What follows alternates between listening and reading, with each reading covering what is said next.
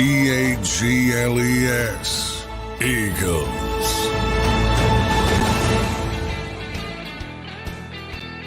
Welcome in, everybody, to a Tuesday edition of Birds 365. I'm happy to have everybody here. Just 14 days away, everybody, from Eagles reporting to training camps in just 2 weeks. It'll be 2 Tuesdays from now on July 23rd. Johnny Mac, good day to you. 59 days away now, Johnny Mac, from the Eagles kicking off in Sao Paulo, Brazil versus the Packers. How you doing on this Tuesday, Johnny Mac? Doing well. Yeah, T-minus 2 weeks. I'm focused on that before I get to the 59, Zander. We got to get through the grind first, but we're getting closer and closer, creeping up on us pretty quickly. So things should be ramping up pretty soon. Everybody's going to be back to work down there middle of the month. Yeah, we're getting close. Sure are getting close. Got some good topics today to talk about, Johnny Mac. One exercise I think our viewers are going to really like, that I'll ask you some questions, and then we'll have Bill Colarulo in hour number 2. So good stuff from Bill Colarulo. We'll have him in hour number 2 for 9:20. But Johnny Mac, I want to start it off with your SI.com. You started your training camp previews. You started on the quarterbacks. So we will start there. We will follow along in your training camp preview. So if anybody is listening, make sure you go over to SI, check out Johnny Mac's articles. This one is titled Eagles 2024 Training Camp Preview, the quarterbacks. Johnny Mac, before we dive deep into it, what's your initial thoughts on the quarterback position as we head into training camp? Well, it's always the story, right? I mean, that's what the NFL is. It's a quarterback-driven league, but I think even more so this year with Jalen Hurts and the Eagles because of all the upheaval on the offensive side. And let's be honest, his regression really for the first time in his career cost Brian Johnson and Alex Tanney their jobs. It's why Kellen Moore is here. It's why Doug Nussmeier's here. It's why Nick Sirianni had to take a step back to the 30,000-foot view, as he likes to say it. All of this is directly related. You can spin it any way you want, and you can talk about the collapse as a whole, but it really has to do with the quarterback, and that's where we are. So, to me, the biggest story of the 2024 season for the Philadelphia Eagles is how Jalen Hurts and Kellen Moore sort of meshed together. And I've been pretty upfront, and I continue to think that, look, I think there was an overreaction to Jalen Hurts' regression because I think it can all be tied to the turnovers, which I'm not dismissing. They're a big part of the game, but it was out of character. He threw 15 interceptions over 21 in 2022, 2 complete seasons. He threw 15 interceptions. He threw 15 last year. He's fumbled 9 times since he's been a starter every year. Tremendous consistency. 9, 9, 9, 9. He lost 2. He lost 2. He lost 2. Then he lost 5. Almost all of the explanations, again, if you look at the numbers offensively, they're strikingly similar. Almost all of the regression to the offense as a whole can be traced to those turnovers. Now, what's the root, though, Johnny Mac? Like I agree, it's turnovers, but you started the article, for the first time in his NFL career, Eagles quarterback Jalen Hurts took a step backward in 2023. I think anybody who's thinking about this objectively would agree with that sentiment. I know it's turnovers, but any diagnosis on why you think that might be? Well, they're all individual. I always say, you look at the fumbles and you have to break each one down because a lot of times, because of the way they accumulate stats, and there's a famous quote out there that says there's 3 kinds of, 3 kinds of basically statistics: lies, damn lies, and everything else, because you can spin it any way you want. Right. So, for instance, RPO, mesh point, that's always given to the quarterback. It might be Kenny Gainwell's fault, as it was on one occasion last year, but it's handed to the quarterback. That's number one. Interceptions, again, New York Jets, Jalen Hurts. That's a mistake by the quarterback. Seattle Seahawks, Jalen Hurts. That's a mistake by the quarterback. Other times might be a tip ball, might be a drop pass, might be getting on a receiver's body. You see it all over the league. It taps up a shoulder pad. It pops in the air. It's in there. That's not the quarterback's fault. So everything's individually related, but Jalen Hurts typically has been very ball security conscious. And I think it's going to regress back to the mean in a good way this season. Right. A lot of that is just, again, NFL teams don't like that term or word luck, but some of it is luck and some of it is bad luck versus good luck. Again, not the Jets play, not the Seahawks play. Those you got to clean up. The other kind of stuff you got to be realistic about, and there's going to be some movement from year to year, and things are not going to bounce your way sometimes. Sometimes they are going to bounce your way. But typically, and Dak Prescott went through this a couple years ago, and everybody was making fun of him. And the whole thing was C.J. Gardner-Johnson. What did C.J. Gardner-Johnson and Dak Prescott have in common? They both led the league in interceptions and missed 5 games. That's how bad Dak was throwing interceptions that year. And he regressed back to his mean. He had typically, prior to that, he'd been very ball security conscious. And I said, be careful. If you're expecting that again, it's probably not going to happen. And it didn't happen. Same thing, I believe, with Jalen Hurts is going to happen with the Eagles. So that, to me, explains a lot of what went on last year. As I said, in certain situations, 3rd down, 4th down, which are pretty big situations, the offense was better last year than the year prior. Better. And then when the numbers, touchdowns, Jalen Hurts, when he played in an MVP level, produced 35 touchdowns. Last season, when everybody thinks he stinks, he produced 38. Now, he got injured a little bit in 2022, so that affects the numbers. He did play better in 20. I'm not trying to say he didn't, but this is a really productive player, is what I'm trying to say. This is a really productive player. So everybody, and I get in trouble. I hope people know I'm being a little bit facetious because I'm part of everybody and I'm not in this camp. But way too many people want to change Jalen Hurts. Get the football out, throw underneath, throw it, dump it off to the back. How many times have we had this discussion? It makes no sense. This is one of the most impactful offensive players in football. Don't change him, evolve him. Again, take the time to get better at the things he's not great at, dumping the ball off, taking what's there, maybe living to play another down occasionally and try to get better at those things. Yeah, like every quarterback does every year. Exactly. But don't turn him into, put him under center and make him a traditional play action quarterback.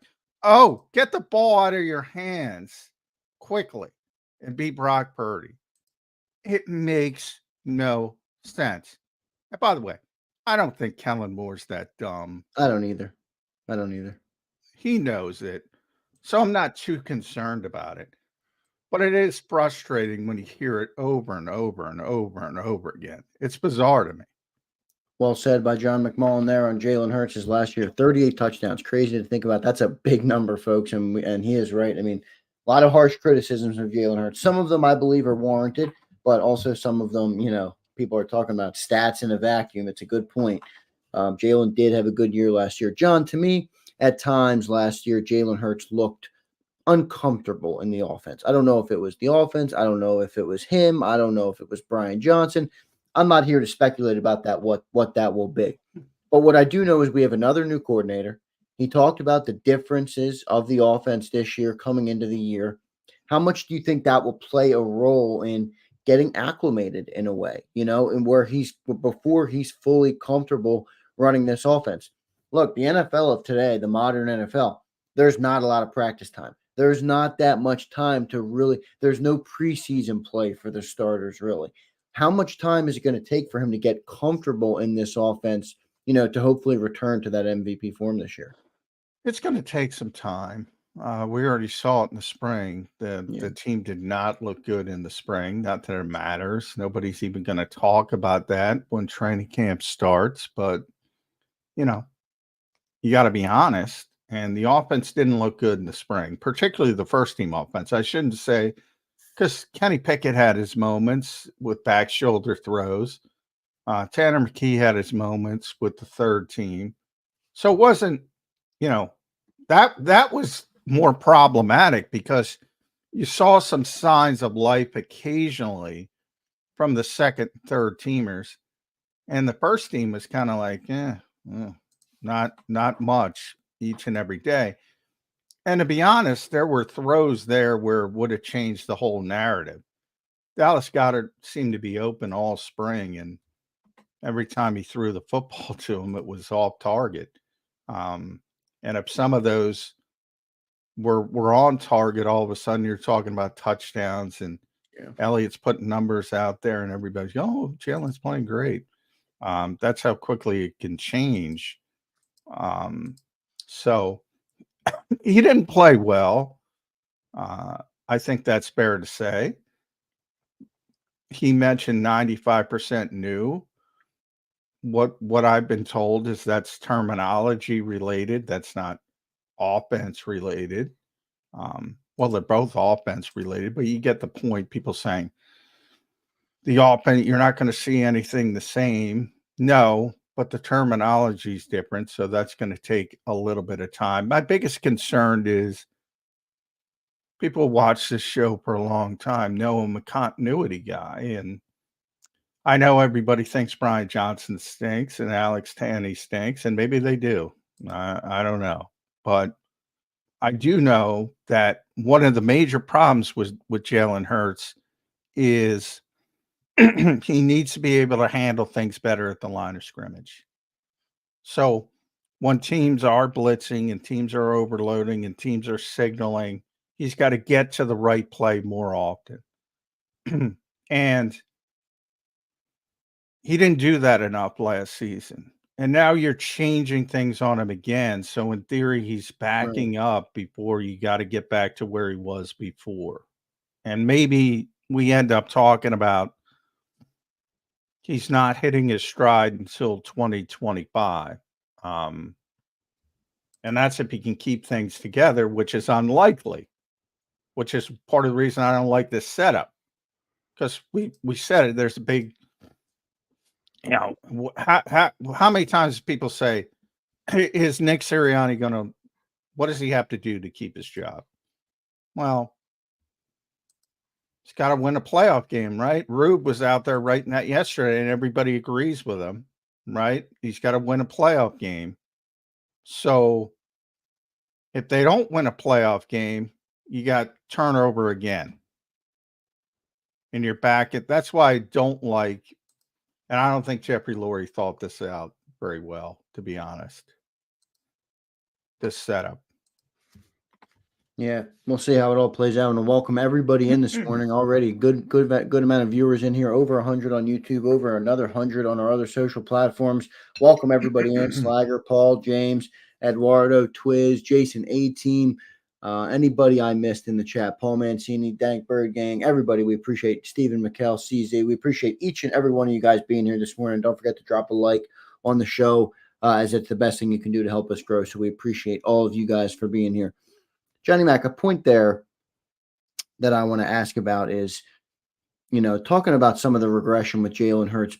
I'm sure you remember before the 2022 year, there was a litany of questions on our quarterback and whether he could be a franchise quarterback and whether he could throw the ball effectively in the NFL and the accuracy and the arm strength. That was one that drove me crazy, the arm strength conversation. Have any of those concerns or those things resurfaced based on what you saw last year? I think some of it, You know, a lot of people criticize some of the downfield throws, the throwing into double coverages. Now, that's different than arm strength and accuracy. But just those previous concerns that people have any of them become more prominent to you as we enter the year? No, my only concern is, again, the processing part of it. I often, ever since he kind of talked about it in that one clip that went viral, I always point to the Tom Brady explanation of essentially, how he graded himself, how Peyton Manning grades himself, how Drew Brees graded himself, and Phillip Rivers he mentioned as well. And they're not about numbers, even though they had tremendous numbers and touchdowns and all that kind of stuff and yardage. They're about, did I get my team into the right play? That's what they grade themselves on. And that's what Jalen needs to be better at. And he's still young. I think people forget he's not Yeah, man. he's not going to turn 26 until training camp. He'll turn 26 in training camp. He's still very young, and there's still room to grow there. And there's nothing wrong with that. But he's got to get better at it, and he's got to get more comfortable at it. And it's Too a hard thing often, to do, like you said, with the whole new offense now coming in. yeah. Well, that's part of the reason. I mean, I don't think it's a coincidence that his best year came the one time that he had the same guy, not for 2 years, but 1+ year, and bridging 2021 to 2022 as the play caller, Shane Steichen. I don't think that's a coincidence. Maybe the same thing would have happened 2023 to 2024. He'd be stuck with Brian Johnson, maybe not. But continuity, I'm always going to lean towards continuity in this league because, look, if you're successful, you're not going to be able to have it. So, and I mean successful at a high level, as you saw, losing both of your coordinators. And I apologize, by the way, people, I have a cough and trying to get through it as best as possible. But when it comes to Jalen and the continuity, look, if the Eagles go where they want to go in 2024, there's going to be change again from a good perspective. And that's if they win the Super Bowl, obviously, or even get to the NFC Championship game. There's a good chance it's going to be a movement away anyway, but you can't control that. Right. You can control when you have I think people forget the Eagles won 11 games last year. Yeah, they fell off the table. They didn't go where they wanted to go, but they didn't have to move on from his ecosystem if they didn't want to. And they decided, nope, somebody's got to pay for this. Obviously, Jalen's not going to pay for it. You're not going to cut the $51 million quarterback. So, do you think Jalen had any say in the decision to move on and go in a different direction? No. I think he's hinted at that the closest you will see when he's talked about continuity. Occasionally he'll bring it up. And he got a little bit frustrated. And I think that's what the 95% talk was. Because everybody's sitting there writing every day how bad the offense is. And he, for all Jalen's talk about not hearing things, he's told things, he sees things. And he sees the narrative, knows the narrative, and he's trying to explain, look, we're starting over again. So there's going to be some hiccups in spring football. And there's nothing wrong with that. You're not trying to win practices. You're not trying to win periods. You're just trying to get better. And that's what he was trying to explain. 95% of the terminology is new. So, but to me, the key is improving and being able to handle things better at the line of scrimmage. And if he does that, the Eagles are going to be cooking with gas. Good breakdown there by John McMullen. We'll get into the backup quarterbacks, obviously, as we're previewing right now the entire quarterback room going into training camp. So just 14 days out, everybody. 14 days out from July 23rd, which is the day our Philadelphia Eagles will report to training camp. So we will be following that all right here on Birds 365. Make sure you stay tuned, you like, and you subscribe to the channel. We will keep you posted the whole offseason, all training camp, all through the preseason, and all through the NFL season, which is right around the corner now, just 59 days away from the Eagles kicking off. Johnny Mac, how much what do you think of Doug Nussmeier coming into this year? How much impact will he have on this offense? How much will he be an asset to the quarterback, Jalen Hurts? What do you think of the hiring of Doug Nussmeier coming into the year? Yeah, I think it's a reaction to where they were and the fact that, I got a lot of Press Taylor vibes with with Alex Tanney from the perspective of, I lived through the Press Taylor era in Philadelphia where he was sort of lauded by the organization as a rising star. And then all of a sudden they struggled a little bit and he became a scapegoat. And all of a sudden he can't do this, he can't do that. I got the same kind of vibe with Alex Tanney. I remember Nick Sirianni talking about him at the scouting combine when he took over the quarterbacks coach job, and he just talked about him in such glowing terms and his future as a coach. Because remember, he came right off the field, basically. Very similar to Kellen Moore, who was a backup in the NFL and came right off the field and became a coach. And things have gone swimmingly for the most part with Kellen. The Eagles loved Alex Tanney, and all of a sudden, somebody's got to pay, and he had to pay. And there's sort of a pendulum effect in the NFL. So to have an inexperienced guy, so what do? You go to the ultra experienced guy. Same thing happened with Vic Fangio. Sean decided Vic Fangio. Alex Tanney to Doug Nussmeier. And to a certain degree, even with Kellen Moore, even though he's still very young, it's been, 6, 7 years as a coordinator. It's a lot more than Brian Johnson. So that was the pendulum swing of the Eagles in the offseason. With Doug, I mean, for those who don't know, he was a great quarterback in college at Idaho back in the mid-90s. Was a backup quarterback for a while. Finished his career in CFL. He won a Grey Cup, actually. And then he went right onto the field, similar to Kellen Moore and Alex Tanney, as a quarterbacks coach. He started in the CFL. He quickly went to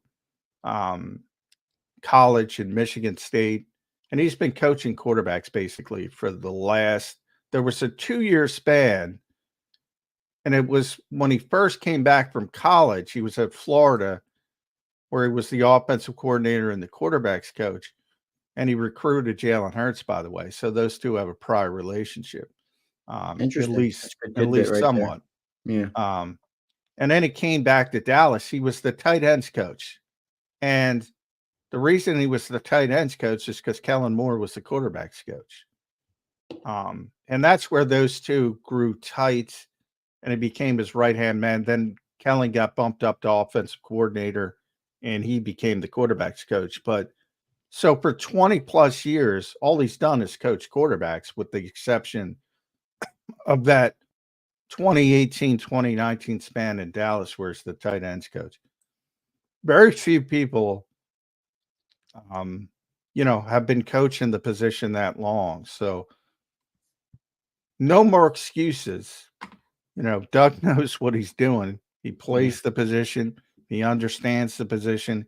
He's coached at a high level in the NFL and college. He's coached at Alabama.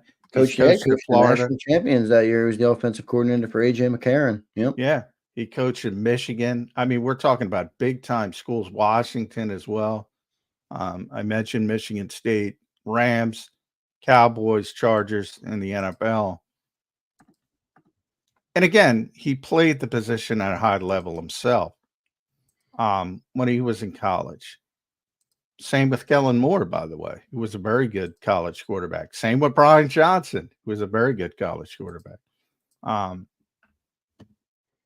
There shouldn't be any excuses with Doug Nussmeier, and people can't use the inexperience quote. But for Alex Tanney, I brought him up for the reason that, look at where he landed. Indianapolis, for those who don't know, as Shane Steichen's passing game coordinator. Nick loved Alex Tanney. Obviously got him the golden parachute. Obviously Shane loved him. But he's a dummy in Philadelphia. There's a perfect example. That's an obvious scapegoating by what happened. Yeah. Obvious scapegoating. So now there's no more excuses. Any concern, John, with the whole styles make fights things, and you have Doug and you have Kellen. They're obviously, like you just laid out, Doug Nussmeier's past. The guy's seemingly coached every type of quarterback there is. But any concern with the style of our quarterback in Philadelphia and how it might mesh with the coordinators? I hope not. But again, if what a lot of people want to come to fruition, I got a big problem with it. If that's what they're going to try to do. Now, while I say that, I don't think they're going to try to do that because I think they're both very smart coaches. And I think they will assess what they have in the quarterback and build the system around the quarterback. I believe that. If other people are telling me that, oh no, he's got to be under center more. He's got to hand off in traditional play action because Kellen Moore likes that. Bake the hand up. He's got to dump the ball off to the backs because the ball's got to come out of his hand quickly. All that kind of stuff. Yeah, then I think you're in for a bad season, and that's bad coaching. Should they try to get him better at the things that aren't strengths of his game? Absolutely. And that's part of what I think was going on this spring. Right. They have him drilling down those underneath throws, and it was ugly because he's not good at it. But they're trying to get him better at it.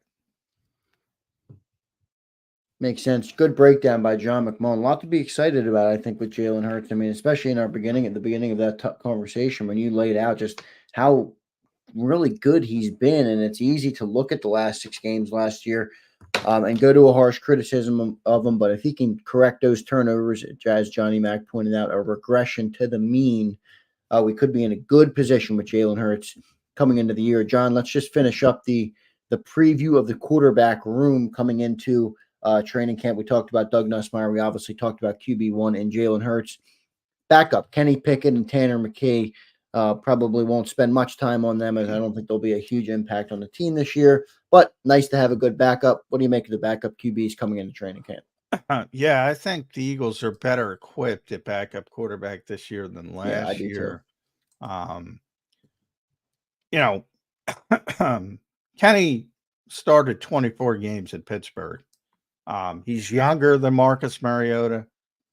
He's better than Marcus Mariota. He's got a stronger arm than Marcus Mariota. Not that he's Nolan Ryan himself, but Marcus had a really weak arm at this stage of his career, has a weak arm, below average arm, to be kind. And he proved he can win games. He started 24 games. He won 14 of them. I'm not a big win-loss quarterback stat. Pittsburgh seems to always find ways to win.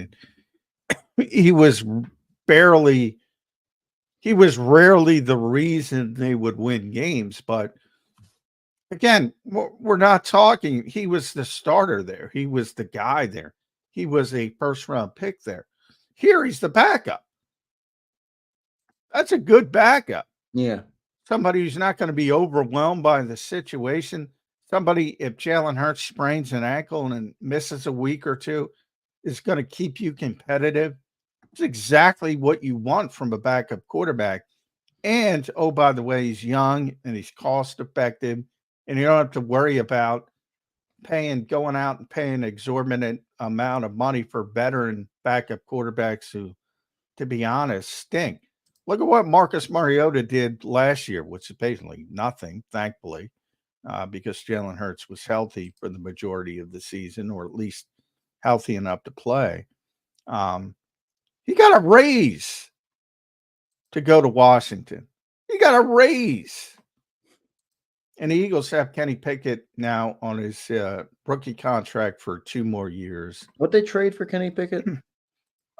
They traded people say they traded a 3rd round pick, but what they really traded was draft positioning. So they sent the Eagles got a 4th round pick, which I'm just looking it up real quick. Yeah, you're good. I want to get No it worries. right. So he was traded with a 4th round pick in exchange for a 3rd round pick. So it was 120 for 98. So basically, people say he was traded for a 3rd round pick. Well, no, he's traded for 22 spots of draft position. Right. So that's sort of how they manipulate it. So yeah, if you look at it, say they traded for that doesn't look that good. But really, they got a pick back and they lost 22 spots in the draft. It's a pretty good trade by Howie Roseman.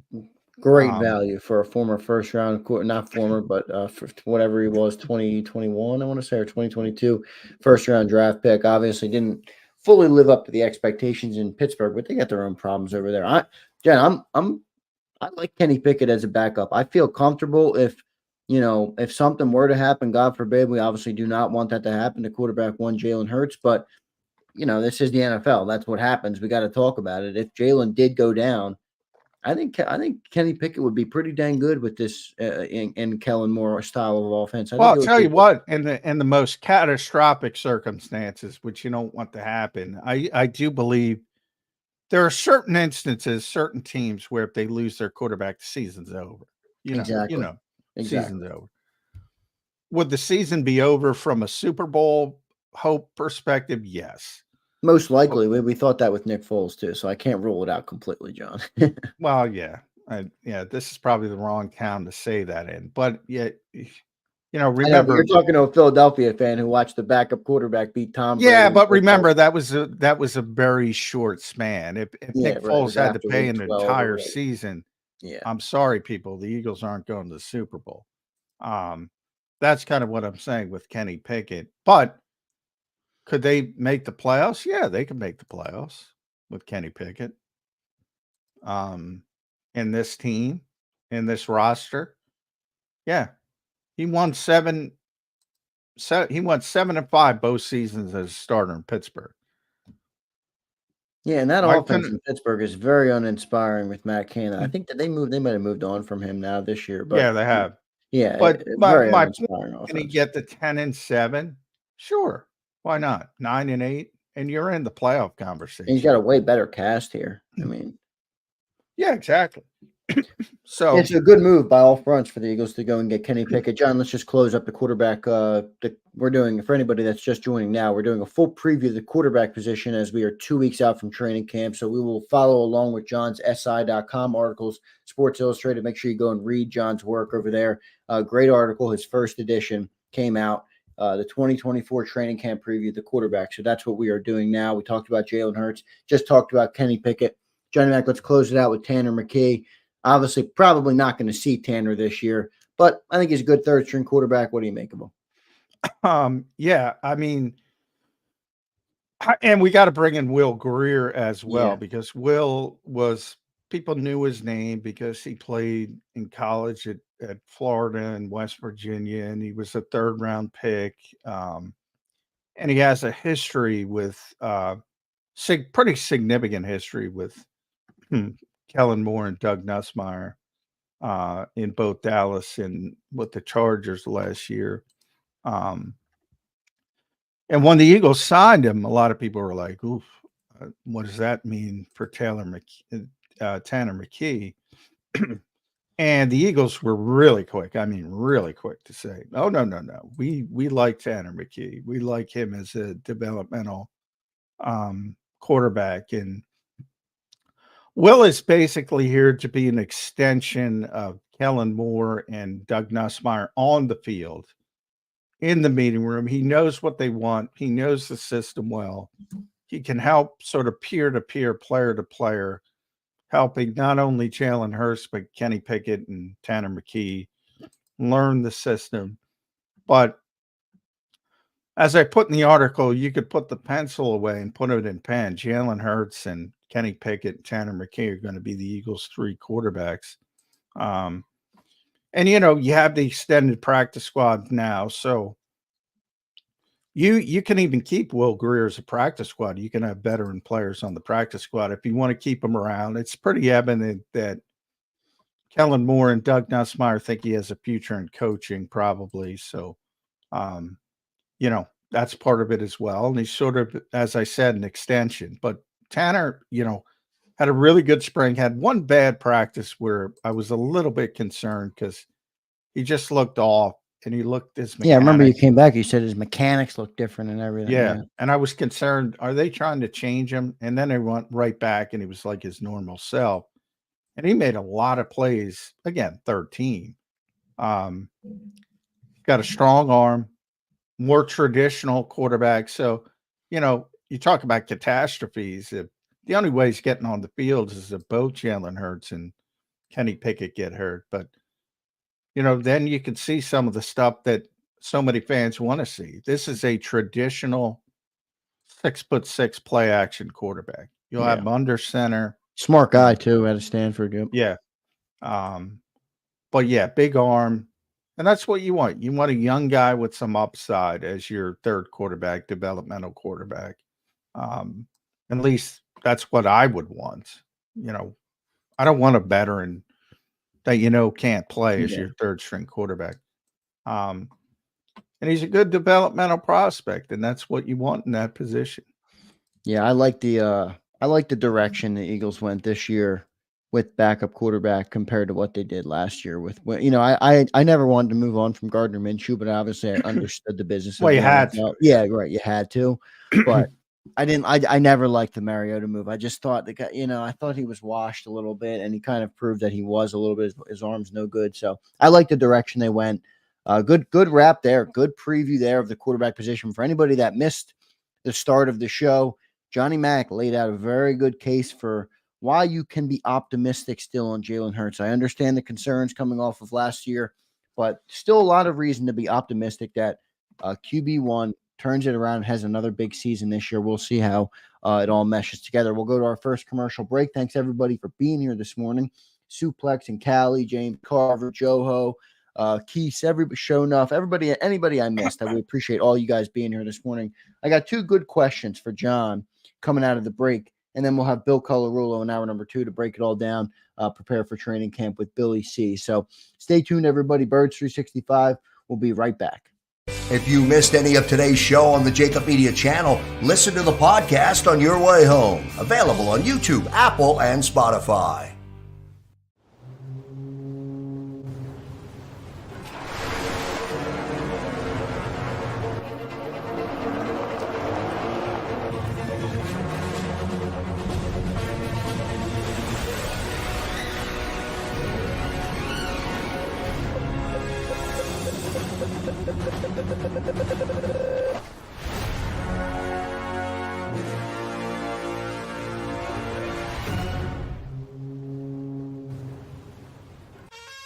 Is the best vacation one that you find, or one you get lost in? One that takes you to new heights, or reminds you to go with the flow? To get your feet wet and your wheels spinning? One that lets you find your own rhythm, or get carried away? Find the best of yourself. Get lost in the woods. Plan your stay in the Wildwoods today.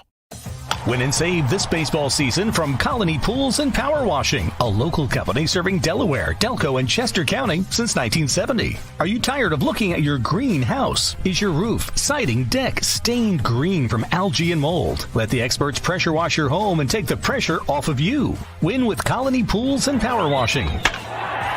Call them now at 302-762-2250. That's 302-762-2250. Go passionately. Go fearlessly. Go confidently. Go Birds! Go confidently towards your goals with First Trust, Philly's hometown bank for nearly 90 years, and the official bank of the Philadelphia Eagles. We're focused on getting you over the goal line. So go with conviction. Go with trust. Go Birds! And go forward with us by your side. First Trust Bank, the official bank of Philadelphia dreams. Oh, and go Birds.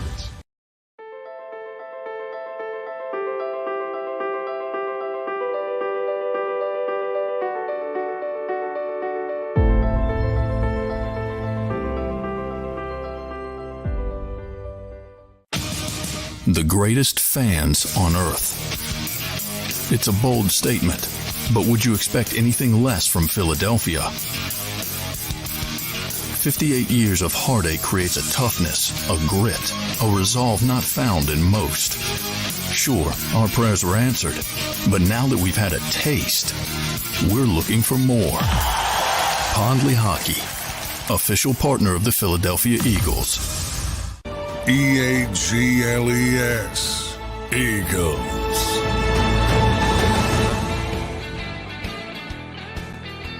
Welcome back in, everybody, to Tuesday, July 9th edition from a Birds 365, just 14 days away from the Eagles reporting for training camp. Good stuff. It's right around the corner, everybody. Thank you all for being here through the dog days of summer. We appreciate each and every single one of you guys here at JAKIB Sports, so thank you guys for being here. Johnny Mac, I got two questions for you. One is regarding success for the Eagles this year, and one is regarding failure for the Eagles this year. I'll let you pick which one you want to start with. Well, I kind of alluded to the failure. So why don't we start there? I think the quickest way to failure is to try to change the quarterback into something he's not, which I've been pretty consistent about. The question for anybody listening is, Eagles will fail in 2024 because I'm not saying they're going to fail. I'm saying if they did fail, what would John's diagnosis be of that? Obviously, we haven't seen the season, so we don't know exactly what it's going to be, but this is a guess or an assumption. Yeah. And, assumption that everybody's healthy. I mean, the quickest way to fail in the NFL always is to have catastrophic injuries in major positions. But, stipulating that most of the guys are healthy, typical attrition rate, the quarterback is there. Yeah. Breaking him down, trying to turn him into something he's not, I think turns you into and I don't think this team can have a terrible season, a 4 or 5 win season. I think they're too good for that, but 9-8 missing the playoffs. If you do that could happen. I think pretty easily, actually. So I think that's the quickest way to failure. Success would be the opposite, just evolve Jalen Hurts' game, regress to the mean, plus Vic Fangio turnover-wise, for those who weren't listening. That's the regression to the mean turnover-wise. And then Vic Fangio has to get that defense from 31st ranked pass defense to 14, 15, 16. And I think you're downs. And I'm pretty confident that's where Vic sort of sets himself apart from most, is his ability to understand situations and get the team off the field better than most. So I think that's partially going to take care of itself. And I think you are going to see that improvement from the defense.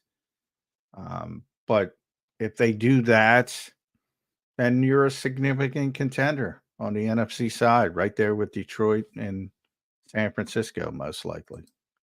Yeah, we had some good injuries. Or talking to chat, Keith's showing injuries. Zander, Twiz says we fail if we try to change Jalen Hurts into a pure pocket passer. So right in line there with you, Johnny Mac. A couple good comments. Thank you guys for checking in. You kind of answered it already, but they'll have success because. But wait, let me finish on the fail because I want to get my point in on it. I think they fail. Agree 100% with what you say. This team goes as far as your quarterback takes you. I mean, that's just life in the NFL. But I think there's a chance at failure if Nick Sirianni doesn't approach his change in structure properly. If he's got his hands too tied in the offense, or if there's a little bit of a power struggle between him and Colarulo, not saying there's going to. I'm just saying I think if there is that, there could be a real chance at failure because when you don't have coaches on the same page, your players are going to know it, and they're not going to play as good as they should be playing, and that will create strife and controversy potentially inside the locker room. And I think that could be one of the reasons they fail this year. And then on the flip side, let's go to the flip side, Johnny Mac. Eagles will succeed. Again, you kind of answered your side of it, but just lay it out for me. If the Eagles have success this year, let's just say make it to the NFC title game. They did that because of what?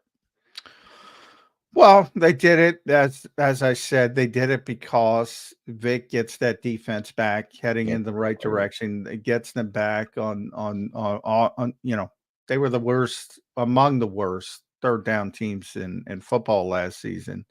Got to get off the field.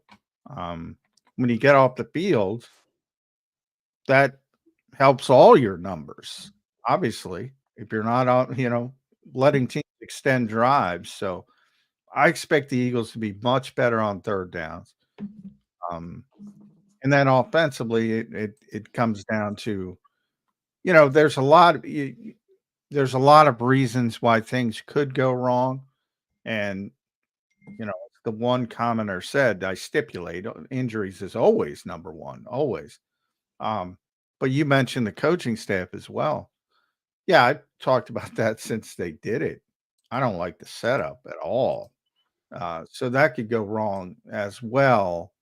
But to me, the biggest one is turning, embracing the uniqueness, as I said, of Jalen Hurts, which is what Nick said last year. Going away from that is just catastrophically dumb, in my opinion. I agree. I think it would be something you can't bounce back from. But you said it at the top of the show. I don't think Doug Nussmeier, who's been coaching quarterbacks for 20 years. Either I don't do think I. Kellen Moore. I just don't. I don't see them doing it. But hey, for the sake of the exercise, we're talking about that. What that would look like, John. The interesting side of this. I mean, we were heavy into the offense, obviously, and here for the most of hour number one. Let's talk defense a little bit. The interesting side of it is the Vic Fangio. How good can he make this defense? I think that's a big part of the success-fail equation. If he makes them top, call it 18 overall defense, I think your team has a very good chance to succeed. If he is one of his off years where he's had teams that had bottom 8 defenses, which with the talent you could argue is possible here, I think that's going to go a long way, and it's going to be tough to succeed if your defense is performing that low in the NFL. Yeah, I'm not too concerned about it for the reason I think way too many people get caught up in vacuums. I talk about it all the time. And I think it was Bill last week who brought up those numbers, our buddy Bill Colarulo. And he's had, bottom 10 defenses. It's been feast or famine for the most part, either top 10 or bottom 10, not in the middle.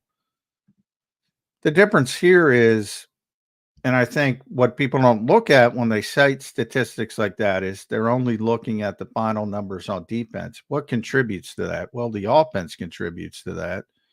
And typically when you have a bad defense, you don't have a very good offense. And it kind of marries together in the fact that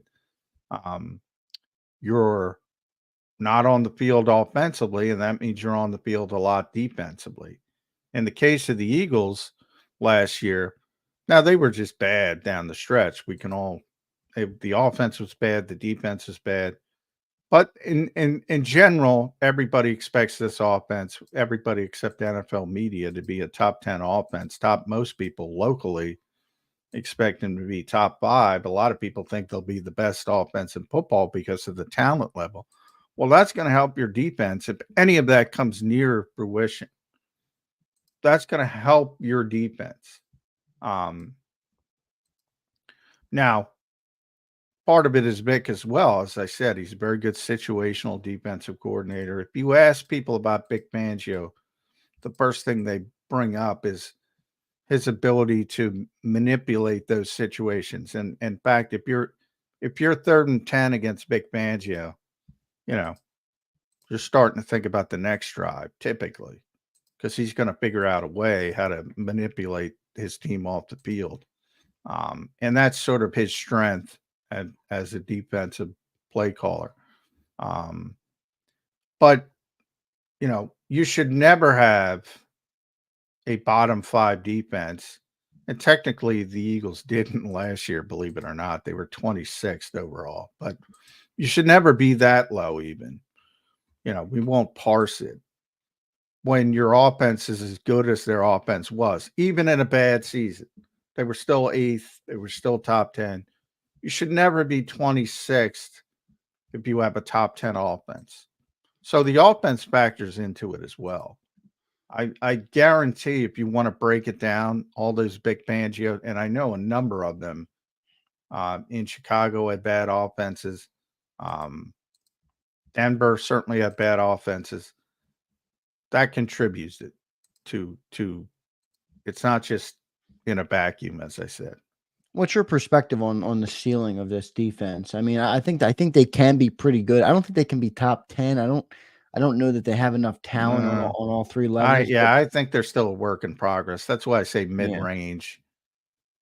14 probably the high point, 18 probably the low point, somewhere in there. They're Howie, closed circuit to Howie. I hope you're enjoying your vacation. Happy birthday. Happy belated birthday. Pay attention to linebacker, dude. Come on. There's nobody out there now, though, John. No, it's too late now. I'm saying in the future. They don't have enough talent. Now, maybe Good. Maybe the young defensive backs hit the ground running, and that changes things a little bit, but still a work in progress. By next off season, you should be able to have that young core in place. And in theory, if the coaching staff is the same, a lot of question marks. Yeah, I think Vic will be the same. We'll see on offense. I think Vic will be the same. Well, will he? I mean, if you have to hire a new coach, new coaches want to hire their own coaches. Yeah, so if it blows up, yeah, you're right. I mean, now, generally what the Eagles have done is hire young, off-the-radar coaches. So if they can, maybe you can force Vic on that type of coach. If they're bringing in Bill Belichick, Vic Fangio ain't back. I'll tell you that. So anytime you have upheaval in the head coaching position, nobody on the staff is guaranteed to be back, with the exception of Jeff Stoutland in Philadelphia. Yeah, who I think would most definitely be back. John, do you think there's too much infatuation? This goes really for both sides of the ball, but on the whole chunk play thing, like I know this defense is kind of all about stopping the chunk play, and the offense last year was adamant to get the chunk play. It's part of the reason Jalen Hurts forced the ball into some situations that I didn't think he needed to force him into, maybe. What do you think about the chunk play and just the whole style of defense? Well, I don't, I don't think it's, I don't like the scheme, but you see the scheme, what the scheme does, ironically. That's what Vic and everybody who copies Vic is trying to accomplish. Frustration from the offense. What you just said. Pushing it, because they don't want to be dink and dunk. They don't want to be patient. They don't want to be marching down the field. The best example is the Seattle game. The Eagles had that game won. They were just marching down slowly. If they stayed patient, you never know. Ball gets tipped. Of course, nothing's 100%, but you get my point. They're slowly matriculating down the field. They don't want it. AJ and Jalen are going off script. They're going off schedule. He throws in the double coverage, game over, essentially. That's what you're doing. You're trying to force. Patrick Mahomes had problems with this. When everybody started playing their safeties in the parking lot against Patrick Mahomes, when Tyreek Hill was there. And, he struggled. He was like, I don't want to do this. I don't want to throw it underneath and bore. I want to push the football down the field. And they struggled a little bit. Now they fixed it. And that's where the Eagles got to fix it. And, that's where some of the people are correct. And probably what Kellen Moore was trying to do in the spring is, look, dude, if they're going to give it to us, just take it. And Jalen too often, wanted to push the football down the field, fell in love with the big play, all that kind of stuff. So, which I think is also another one of those things that falls into as you get older, you can get better at that. That's not sure. I don't think you're turning Jalen Hurts into something he's not. I think he will get better at that. Keith points out in the chat, Patrick Mahomes did the same thing as you just mentioned. I mean, he had to learn to kind of take what was given to him a little bit on the underneath stuff, especially playing with, lesser receivers. When you go from Tyreek Hill to Marquez Valdez-Scantling, I mean, that's quite the learning curve there. But you're right. I think that's something that Jalen Hurts will progress at. Yeah, he's only 25. He'll turn 26 in August. There's still plenty of time to get better, but you want to see that incremental improvement. So that to me is completely different than saying coming into the game with the game plan of we're gonna throw it underneath. We're gonna dump it off to the back. We're gonna do more play action, traditional play action. If they're playing cover 2 and they're dropping into the parking lot and they're going to give you underneath stuff, just take it. That to me is completely different. Yeah. Right. And he has to understand that as a quarterback. And that comes to the teaching aspect of it, which is far more important than the X's and O's. And it comes back to the whole point of getting your offense into the right play. It's your number one job as a quarterback. Yep. And that's why I also want him to take over the protection, or at least be the lead voice of the protection now that Jason Kelsey's gone. But it looks like that's not going to happen. But, people have told me it's not that big of a deal, so I guess I'll believe them. But I'd prefer to have the quarterback doing it. That would be my preference. Yeah, because I think it sets you up. I mean, we talk about continuity. I think it sets you up for better long term. Now, I'm not saying Cam Jurgens isn't going to be here for a while. I'm just saying when, you can come right from the horse's mouth in a way. I'd rather the quarterback be doing it, but that's not how the setup is going to be. We'll see how it all plays out. Jason Russell says that's the evolution of the QB. Every QB learns that over time, should learn that. Always take what the defense gives you. Good point, Jason. Thanks for checking in, brother. We appreciate it. Johnny Mac, one other thing I wanted to ask you about, which is really funny, but Shona brings up a good point. The Fangio philosophy worked well under Ganon. That's what I'm hoping for. Dare I say it, John? Is the ceiling of this defense Jonathan Gannon's defense in 2022? You should hope. I mean, they were second in the NFL and number 1 in passing defense in 2022. But people still weren't happy with it because of the style of play. And by the way, they had 70 sacks on top of it. That's one of the. I'll never if I'm Philadelphia covering this team for 10 more years, I will never figure out the hatred for that guy. And what even just saying the numbers right now. Number 2 overall, number 1 passing defense in the NFL. Also, I don't think it's a coincidence that our offense looked like a high-powered machine when we had those types of numbers coming from the defense. Yeah. I mean, it helps with me. And 70 sacks in a sack-obsessed city. I mean, 70 sacks isn't good enough for you? I warned people about that. Hey, guess what?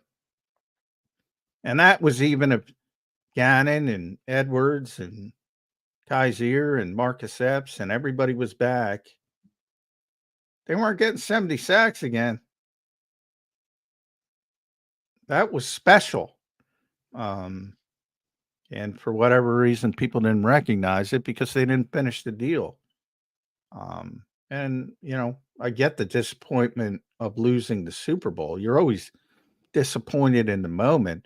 But I thought more people would step back and say, boy, that was a pretty good team. Because I'm pretty sad. I've been covering this league for over 25 years now. So, you know, I'm old. And that's the best stinking team I've ever covered. And I covered the 98 Vikings. And I covered the 2017 Eagles, and that was the best team I ever covered. That was a special season, but they didn't finish the deal. And that's what happens. John, this is what I call delusion right here. A-Track, come on, man. This is completely 100% delusion. He says Jonathan Gannon will be fired soon. He was a trash coordinator that got lucky with a crazy roster. And that's what you're going. I mean, that's what you're up against. I mean, look, I get it. There are some fair gripes. I think, you know, Twiz says smoking mirrors. If we didn't get to the QBs would pick us apart. Gannon was great, but Super Bowl he could have done better. Crowley says, nah, the Super Bowl game plan wasn't good enough for me. He was more worried about getting a head coaching job than coaching the Super Bowl. I'm sorry. I shouldn't lie. It's just all of these narratives have been proven to be complete bullshit. No offense, but I mean, Shane Steichen spent far more time with the Colts because he was allowed to in the lead up to the Super Bowl than Jonathan Gannon did with the Cardinals. It's absurd.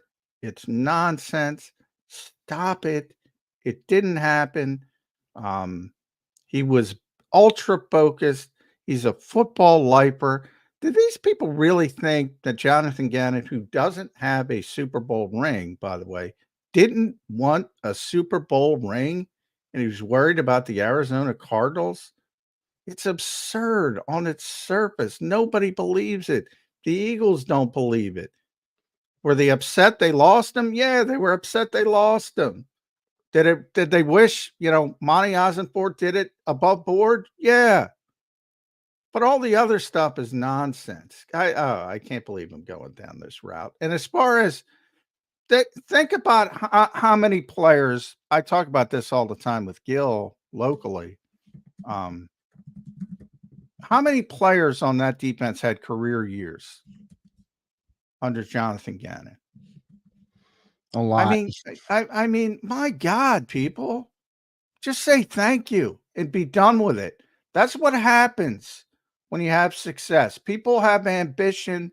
They go on and they become head coaches if they get the opportunity. Same thing happened with Shane, who's a great guy as well.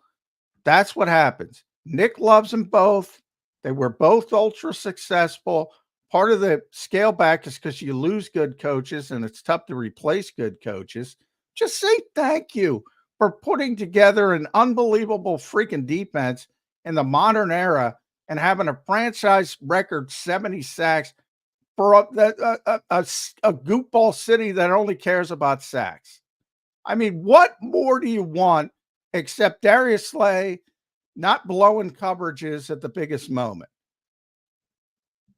Slay's the smartest guy on the field. He blew a freaking coverage. You know why? Because he's a human being. And I get it. You don't want to blame players. Look, I don't want to go Players down this. blew the coverages. Yeah.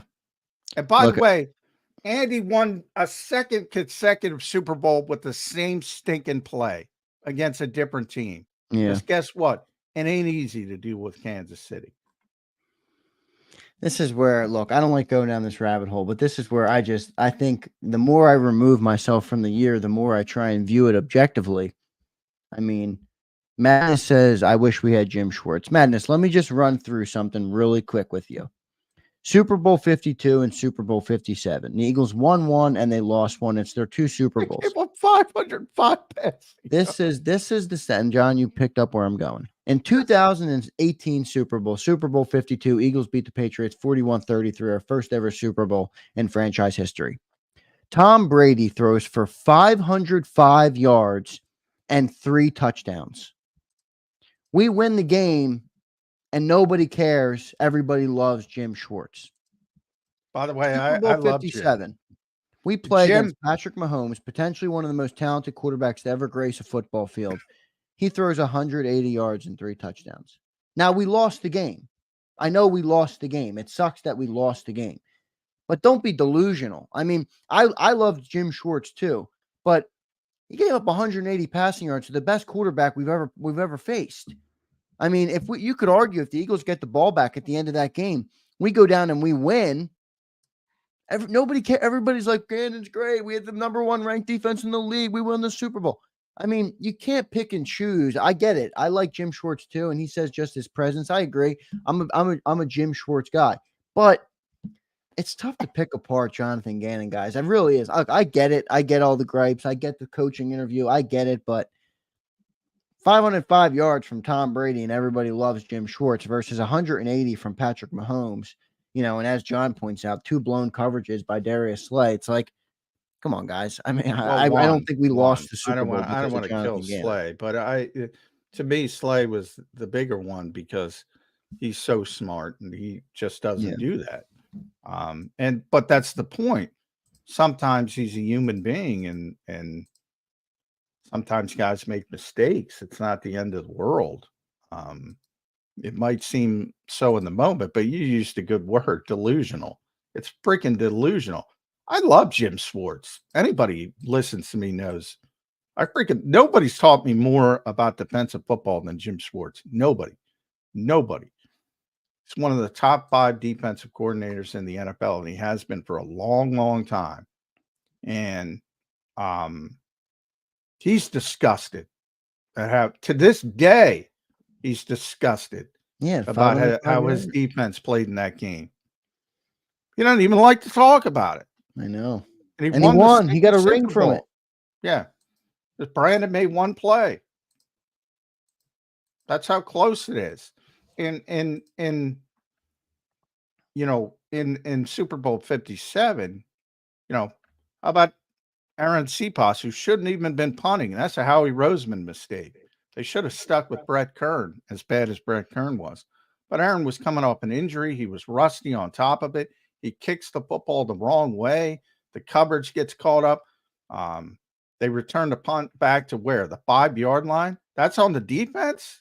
Come on. Delusional.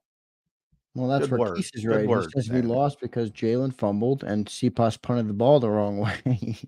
I mean, you could argue special teams was a bigger flaw for us in that game. Far bigger than. And Jalen with the fumble. I mean, that was a terrible unforced error. That was a terrible fumble. Yeah. And again, but the same thing with Slay making the 1 mistake. Good player. Jalen Hurts was the best player on the field in that game. Outplayed Patrick Mahomes. We had 1 mistake, which cost him dearly. But yeah, those plays. And they only gave up 340 total yards in the game. Slager's pushing back on me, saying, "Don't give me the 180 yards." I get it. I mean, that doesn't tell the full story, but 340 yards in the modern NFL isn't that crazy of a number to give up. I know it's not perfect, but you're playing Patrick Mahomes, man. 500 plus. Yeah. Yeah, well, I mean, that's part of this philosophy, and you're going to see it again this year.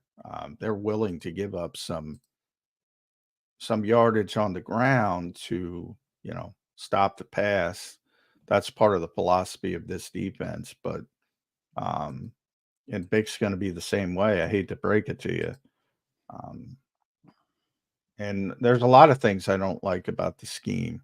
But my number one complaint about the scheme is the incredible pressure it puts on the secondary to communicate properly. And when you don't communicate properly, things can look ugly. And that's you can look around to any Vic Fangio inspired defense. Same thing. When it can look really stinking bad when the back 7 is not communicating. And it happened to the Eagles did it better than anybody else for that entire season until they didn't. And that's all people remember. But it's it's delusional to say that wasn't a good defense. Delusional. Good word, Zander. Yeah, I mean, look, there's always going to be debate. I love everybody. I appreciate everybody's chat. Look, I'm with you too, many of you with the fans, but there's some stuff I got to push Well, back and on. then now you have the hindsight of looking at last year and how stinking bad it was versus how good it was Right. in 1 year. And there's so many, you see it, there's so many. I get it all the time. They refuse to admit, oh, it's the roster, it's this, it's that. Well, they're the same stinking players for the most part. They lost TJ Edwards, who I'm constantly told stinks. Kaiser White's not Marcus Epps, nobody cared about. Yeah, you lose CJ, but he played 2 games in Detroit or whatever. Hassan was there, Josh was there, Slay was there. Do you like Bradbury of 2022 or Bradbury of 2023? That's career year versus off the cliff. Right. And this is a point by Slager I bring up on the screen. I mean, kind of goes to what I'm saying there, Slager. I mean, the defense did nothing until the Graham strip sack. That's the point, though. I mean, one play and it changes your entire perspective. That's what the NFL is. Big players make big-time plays, and we just didn't have a player make a big-time play in that game, and now everybody chastises Jonathan Ganon for it. It's tough to go that route for me. I'm sorry. It just is. I don't see it with the hate. Well, they don't chastise him for that. They chastise him because they think that I think we lost the game because of him. I mean, that's what the they think that he was doing something untoward with Arizona and wasn't focused on game planning for it, which is literally I said yesterday the dumbest criticism of the Eagles last year was hot routes. The dumbest criticism is he wasn't focused on the Super Bowl. Boy, it's dumb. Happens every year. Let's get our super chat from James Carver. He says, just pull out the standard J-Mac. Come on, people. Stop it. Just stop it. It's needed every show. Love it, James Carver. Thank you, man. I try. I mean, I've been trying for over a year. Just stop it. There's no argument. They went from number 2 to number 26. They went from number 1 to number 31 in pass defense.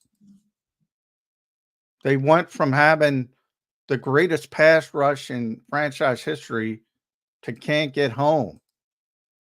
What is the argument? Other than, oh, I don't like this guy. I mean, grow up. All right. Don't like him. Who cares? But you don't have to ignore what actually happens. I mean, that's just goofy. So, yeah, come on, stop it. John, can you address this? This is actually good. It's interesting because CJ did say stuff after the Super Bowl. I know we're rehashing 22, but it's July 9th, and we got Bill Colarulo coming up, and we'll get out of the weeds with Bill. Thanks, everybody, for being here. CJ GJ said, Ganon didn't put them in a position to win. What reason would he say that? I do remember after the Super Bowl where, I don't know if it was on the stream show. Yeah, right. Have you met him? He likes the drama, CJ. By the way, CJ has, and again, people push back on that and they forget all that. And CJ, when he came back, he said basically has to mature and get along better with him. I mean, he's admitted it himself. So basically, he was upset, very much like a fan, and the frustration of the moment. And he has since, understood he's got to get better at certain things by his own words. Yeah. CJ was a wild card, especially more at that time. I mean, so I don't want to put too much stock there in what he said. Look, Johnny Mac, we'll go to a commercial break. I thought that was a pretty good segment there, talking about rehashing it. I know it sucks to relive the Super Bowl you lost, but it does. I didn't expect to go down that route. But. Well, I didn't either. But when you talk about what the defense can be, and you talk about, I mean, fans don't like Ganon. I get it. I'll make this statement though, and I believe it will be true. We'll be lucky to see a defense with those type of numbers in the next 10 years. We'll be lucky. It's far more unlikely that we see a defense that can match that type of productivity in the next 10 years. It's far more unlikely than it is likely that we will see that. So it's tough to sit here and chirp it. I mean, look, we went to the Super Bowl, we lost, we didn't have a player come up in a big time moment, and you lost the game. It's tough to, it sucks to live with, but I can't go down the route of blaming it all on Jonathan Gannon. I'm sorry. Wow, it's silly. And here's what I was trying to bring up. Here's what CJ said when he re-signed. I'm a football player, smart, physical, one of the best safeties in the league. That's how I feel. But I got better as a player and a person. I figured out how to interact outside of football. I learned how to engage differently with my teammates, front office, and friends. He knows. He knows. Yeah. And he's matured. He's matured. Let's see. We'll see what CJ does back here in Philly this year. I think he brings back a good piece that we were missing last year with the physicality and the swagger a little bit. So good stuff there. Johnny Mac, let's get to a break. We'll have Bill Colarulo coming up next. Thanks everybody for being here. Make sure you drop a like. Even if you disagree with my Gannon takes, we appreciate you being here. We will agree to disagree on them. Still love you guys. Still appreciate each and every one of you. Stay tuned. Bill Colarulo coming up next on Birds 365. If you missed any of today's show on the JAKIB Media channel, listen to the podcast on your way home. Available on YouTube, Apple, and Spotify.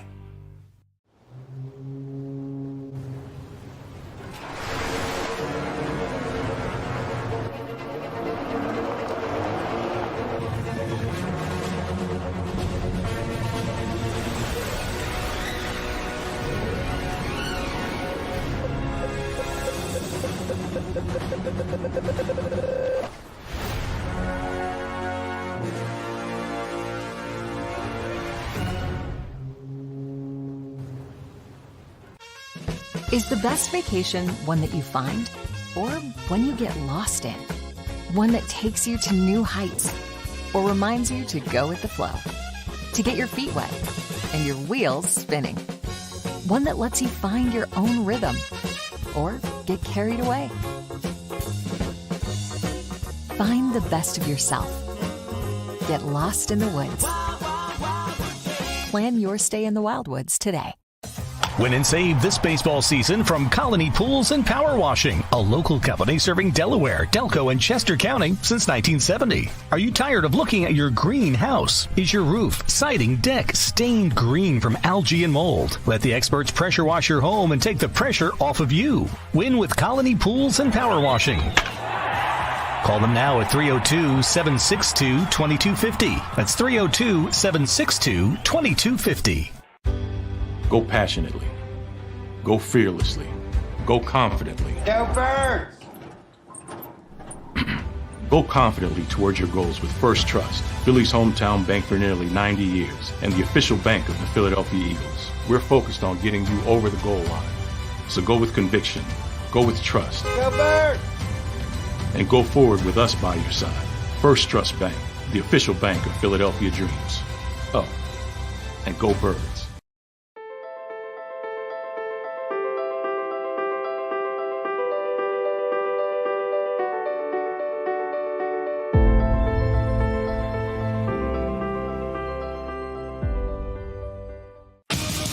The greatest fans on earth. It's a bold statement, but would you expect anything less from Philadelphia? 58 years of heartache creates a toughness, a grit, a resolve not found in most. Sure, our prayers were answered, but now that we've had a taste, we're looking for more. Pondley Hockey, official partner of the Philadelphia Eagles. EAGLES, Eagles.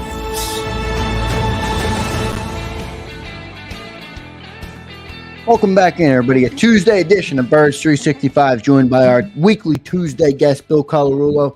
Billy C, just 14 days out from training camp, man. How you doing? I'm feeling pretty good, man. 2 weeks. Yeah, Felt like an weeks. eternity when the season ended, but we're almost there. What's going on, Johnny? Good to see you, Bill. Yeah, it has felt like an eternity. 2 weeks, though. We're almost there. If I can give you one more thing, a present to Bill Colarulo for the Philadelphia Eagles in those 2 weeks, what would it be? Oh, that's a good one, John. That's a good one. Look, you got to be realistic, so I'm not going to give an unrealistic answer. I think realistically, I'd like to see them maybe bring in Justin Simmons at safety.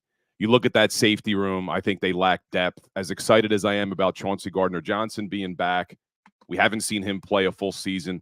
Reed Blankenship's been hurt throughout his career than the 2 seasons we've seen him at times. Sidney Brown's coming back from an ACL tear. So they're forced to see, well, can Bradbury play safety? Can Avonte Maddox play safety? And you have a multiple second-team All-Pro who's 30 years old, turning 31, who had some of his best seasons under new defensive coordinator Vic Fangio, and he's still a free agent. To me, it makes sense. Why not add him? He gives you a player. At the very least, he gives you some depth. Johnny, I'm not in love with that from the perspective of, well, in theory, I don't mind it, Bill, but I still find it hard to believe somebody's not going to give Justin Simmons the opportunity to start. So I don't think he would want to come anywhere where he'd be a backup, nor do I think you'd want him to be a backup from the perspective of, he's been playing as a starter in this league for a long time. So he hasn't played special teams. He's not going to help you on special teams. Typically, backup safeties have to be special teams guys.